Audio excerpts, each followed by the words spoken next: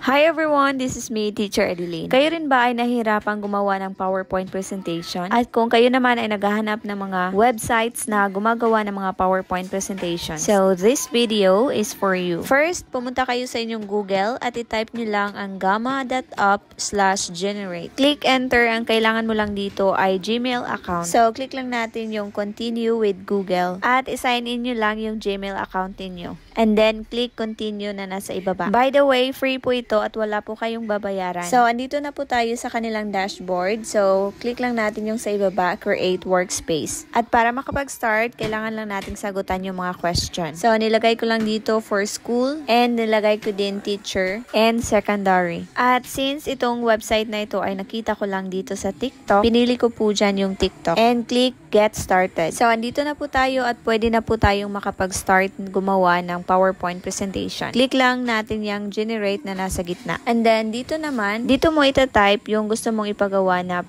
PowerPoint presentation. So, describe what you'd like to make. So, nilagay ko po dyan animals. At magsasuggest po sila ng mga content na pwede mong ilagay sa PowerPoint presentation. At pwede ka rin dito magbawas or magdagdag ng mga information. Nasa sa inyo na po kung babawasan ninyo or magdagdag kayo ng mga additional information. At kung sa tingin nyo naman ay okay na, click nyo lang po yung continue sa ibaba. And after that, mamili po kayo ng mga theme. So, kayo po ang mamili ng design kung ano yung ipagawa dito sa website na ito. At may napili na akong design. So, after nyo makapili ng design, click nyo lang po yung generate na nasa itaas. And voila! Yan na po mga cheers. Nag-start na po siyang mag-generate ng PowerPoint presentation. Nakita ko lang pala ito kaya shinare ko sa inyo. After niyang i-process yung PowerPoint presentation, pwede nyo po itong i-download at mapupunta agad ito sa inyong download tab or sa PC or sa inyong mga laptop. At para ma-download ang PowerPoint presentation na ito, click nyo lang po yung share na nasa itaas. Click export and piliin nyo po yung export to PowerPoint. Antayin nyo lang at automatic na po siyang mag-download. And voila! Yan na po mga cheers ang ating PowerPoint presentation. So I hope nakatulong sa inyo ang video na ito. Please like and follow our Facebook page BFam. Thank you for watching. Bye! Like and follow for more!